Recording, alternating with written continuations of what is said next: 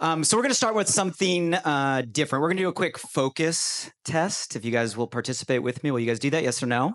So in a minute, I'm going to show you a video. It's a really short video, really simple focus test. I just want you to count the number of times the player's wearing white pass the ball. What color? One more time. What color? Okay, now I've never done this in a movie theater before, so I'm just don't want anybody to distract the person next to you. So only rules is please no movement. Okay, if everybody can be completely still, no facial expressions, no giggling, and absolutely no sound. Okay, no laughing, no noise. And if you've seen this before and you know the answer, don't ruin it for anybody else. If you're ready, say I'm ready. Okay, count the number of times people wearing the what color? Here we go. Count how many times the players wearing white pass the basketball.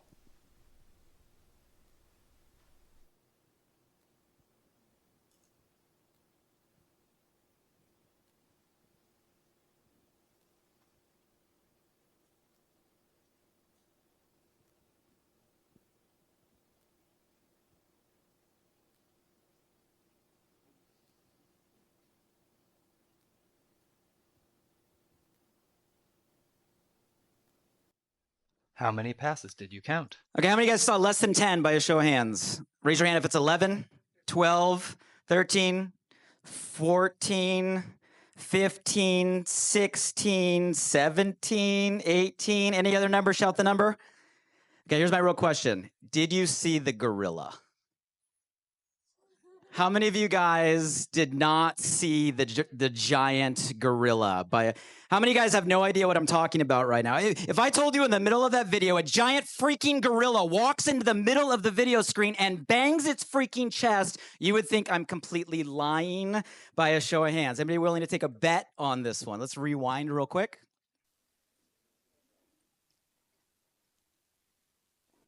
The correct answer is 15 passes.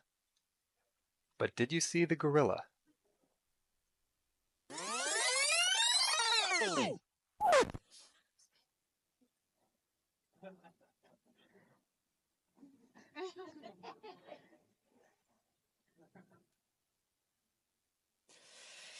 Okay, some of you guys are still thinking if that second video was the same as the first video. It was the exact same video. So before half of you guys run out of the room and go get your vision check, there is nothing wrong with your eyes.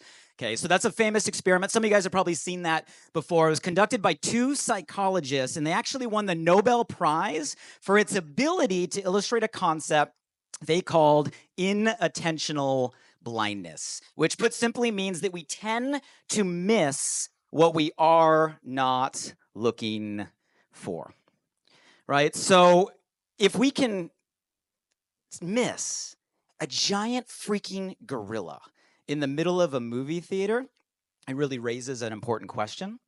What is it that we might be missing in our lives every single day? New opportunities, answers to our questions, solutions to our problems, the talent that we're looking for in our life, maybe the love that we want to find. What if the next step for our businesses and our life is not about going and finding something?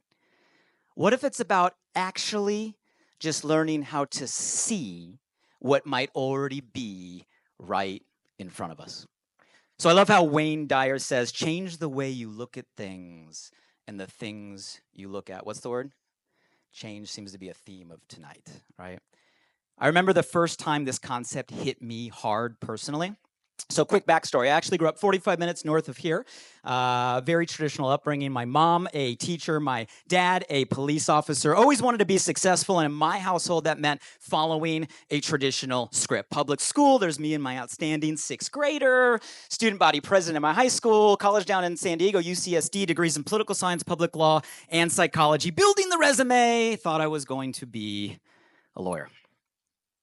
Summer of my sophomore year, I was interning for a district attorney up in Ventura when my friends were out surfing, having fun. I'm in like my JCPenney's button-up, filing giant manila folders every day, feeling absolutely miserable. I remember one day driving up the Camarillo grade. You guys know where it is. What I consider maybe one of my first mentors in life, right, gave me a call, probably felt my frustration, asked me a really simple question. He said, Blake, right, if you're miserable, why are you doing all of this? And the only answer I had in that moment was, isn't this what I'm supposed to do? That moment right there woke me up to the fact that 19 years of my life, I had been following a script for no other reason than it's what I'd been taught I was supposed to do. Wasn't what I loved, wasn't what I wanted to do. It was like a visceral reaction in my life. I can feel it just telling the story. I felt like I'd been lied to for 19 years. That moment changed the trajectory of my life in two profound ways. Number one, put me on the path to becoming an entrepreneur. Number two, it taught me the power of a perspective shift. I kind of became obsessed with like learning everything I can on shifting perception. Jason mentioned NLP, neuro-linguistic programming, earlier. I love that modality because it makes complex things simple. Matter of fact, NLP research says that reality in any given moment exists in about 2 million bits of information per second, but our brains are only biologically built to process 134. 2 million down to 134. Does that mean in any given moment, are we getting the majority or are we getting the minority? The answer is what? Minority, 0.0067% if you want to do the math, which means that we are missing 99.99% of all things at any given moment. We think we're all here in the same room, seeing the same thing, but we're not. We're all seeing our own versions based on whatever 134 bits you're picking up right now. So what determines the 134 bits? It's called the reticular activating system, RAS for short. Network of neurons right here at the base of the brain. Its whole job is to take 2 million and filter it down to 134, our perception. But here's the catch. It selects the 134 bits of information that align most with your existing belief system. I'll give us all a familiar example, okay? I think Zad just bought one of these. I don't know if anybody else has a Cybertruck out there, right? How many of you guys have ever bought a new car, right? The minute we buy a new car, what do we see everywhere? That, except some of you guys who have like one of one cars in the whole world, but the rest of us, right? You go see that what? Car. It's not that all of a sudden those cars magically appear. Those cars were always already there. They just existed in the 2 million bits of information you were ignoring until you flipped your filter and brought it into the 134 that you now see. So if our belief literally determines what we see, then the question is, well, what the heck's a belief? Easiest way I can describe it is a belief is a collection of similar references. You guys remember where we used to go to like physical locations that had a bunch of books that you could check out? What were those called? You guys remember what that thing was called, that system? The Dewey is things we remember, right? The Dewey Decimal System. Like, that's how our brain works. It's like the ultimate librarian. Some of you guys just had a thought that created a reference, a card, okay? The more thoughts, the more references, the more cards that we collect, the stronger the what? Belief. Which means beliefs are not good or bad. They're not right or wrong. Beliefs are just collections of references, which means with enough references, we can actually build a belief about anything. I enjoyed Bodie Miller and Big Sky. How many of you guys thought that was an awesome event, right? I loved how Bodie was explaining this concept and how he put it into action. He taught us how he would sit there, close his eyes, and see in his mind, reference, flipping his filter, setting his perception, creating his reality before he went down the slope. All the greats, Jordan, Kobe, they hit the game-winning shot. They're never surprised because they'd seen it a million times in their mind. Real question, how many of you guys have ever met a compulsive liar? No, I mean someone that's such a liar that like you believe that they believe what they are saying. Who knows what I'm talking about? They do. They've told the story in their mind so many times, reference after reference after reference. They have created their reality. You guys, what I'm describing here is like the foundational principle behind a lot of the tools in personal growth I know we all do. Vision boards, affirmations, visualization.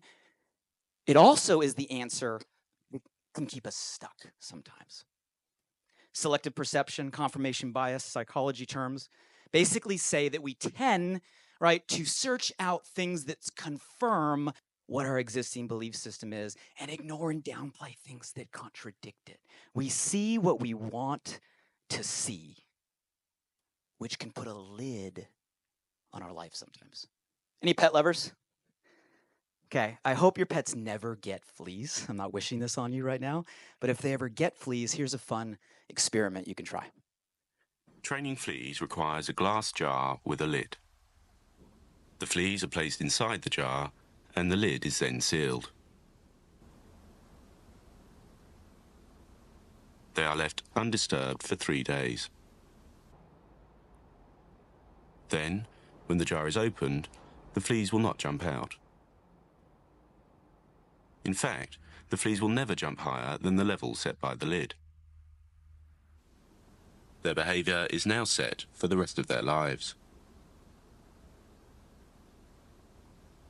And, when these fleas reproduce, their offspring will automatically follow their example. Fleas are biologically built to jump 3 feet high. You put them in a jar with a lid for 3 days. The flea changes its entire belief about its own potential. And then it passes it on to others. I know you guys are connecting the dots here. Sometimes the same thing happens to us. We're brought up in a family, teachers, school systems, media, propaganda, puts lids on our own potential, and then unknowing it, we pass those lids on to those around us. So everything we're talking about here, this whole concept, it works for us or against us. And I get passionate about this topic. If you can feel that energy, it's because in my personal story, I have experienced the extreme in both directions. So I started my first company in 2004. I was 23 years old. Almost went out of business in 2008 recession, completely reinvented in 2009. A lot of things came together. We went on the brink of bankruptcy over the next 4 years, grew to 30 million, 60 million, 230 million to 624 million in top line revenue, $97 million in EBITDA in 2012. Now, what's interesting about that story is that was during an earnout window where we had a preset valuation of a 10 times EBITDA multiple. So for those of you guys good at math, you realize that this little thing I started on my girlfriend, now wife, who's in the audience, couch, was worth nearly $1 billion. We had just passed our first billion in cumulative sales. We were the #1 most consumed protein shake in this time. We had names on the buildings, offices all over North America and Europe, right? Celebrities organically using the product, wanting to do collaborations, right? That photo right there, that was our annual summit that year. We had 18,000 people show up from our community to our annual event. We had more people in the American Airlines arena than the Miami Heat had 2 weeks prior for the NBA Finals because we could put chairs on the floor. 4 straight years of double-digit monthly compounded growth except for December's. Things were just working. References.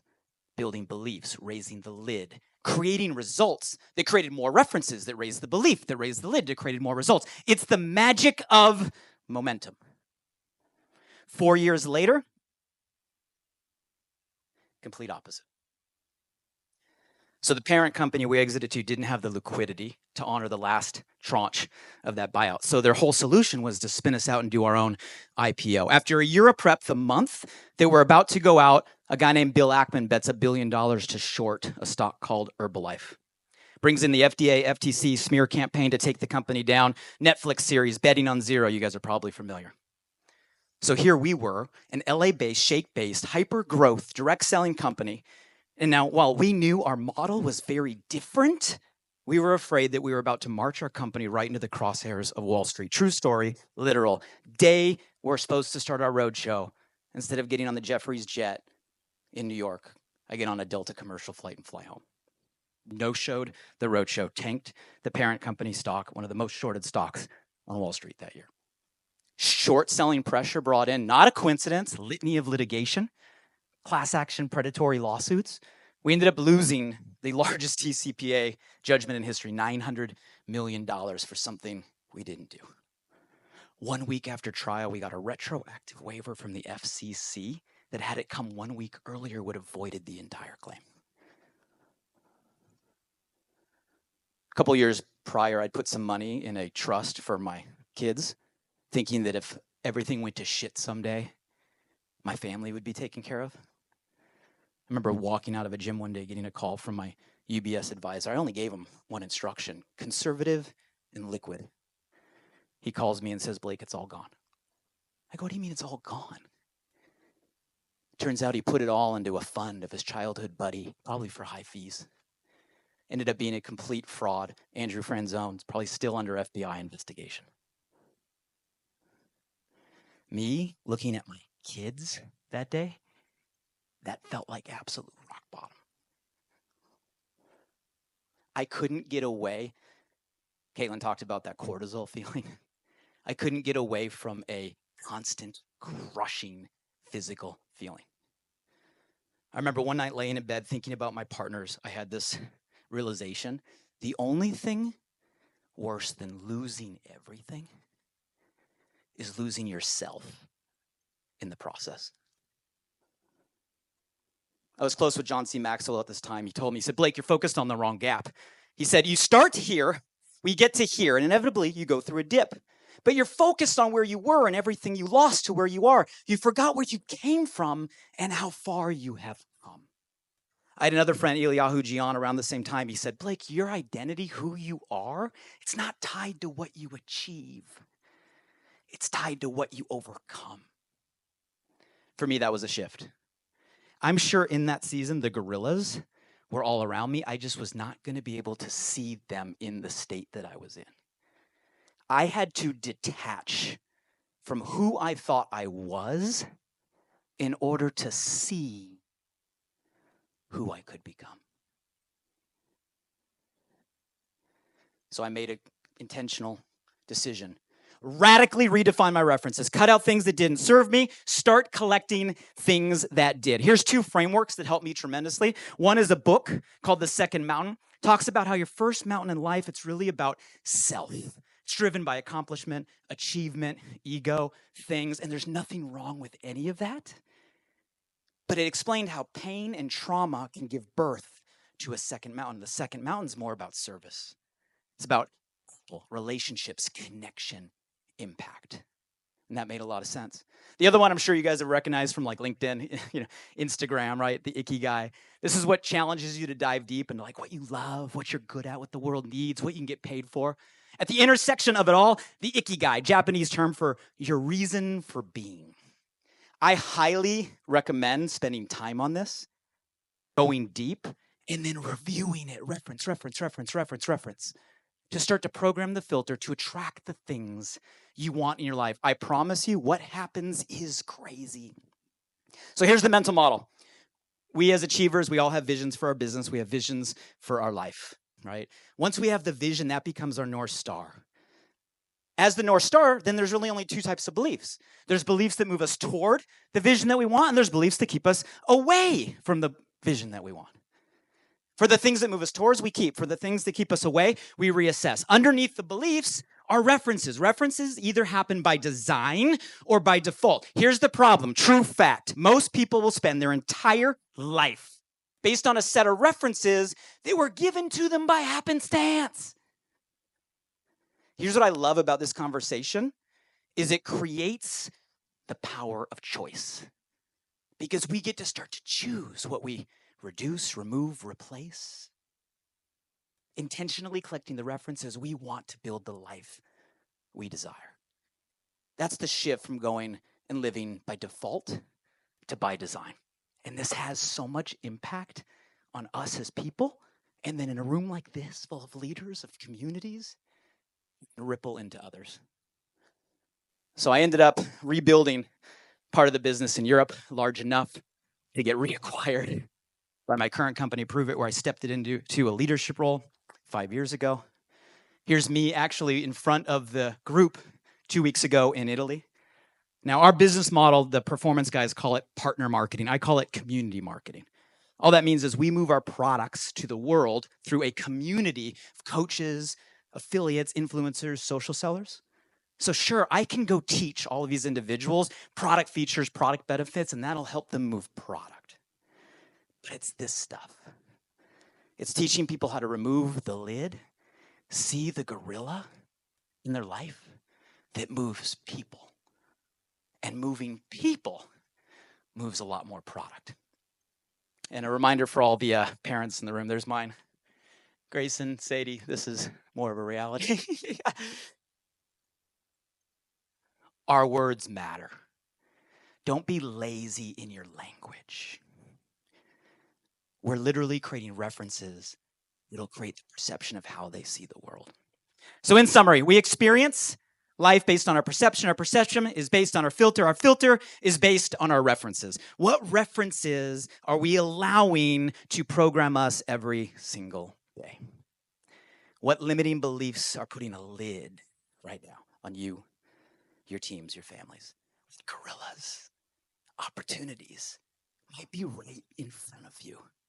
We just have to make the shift in order for us to see. You guys, this learning, awareness, was one of the most significant things in my life. For me, it just helps make things make sense. So hopefully tonight elevated a little bit of awareness for all of you to do the same, because I do firmly believe you can't change what you are not aware of, but once you are aware, you cannot help but change. Thank you, guys.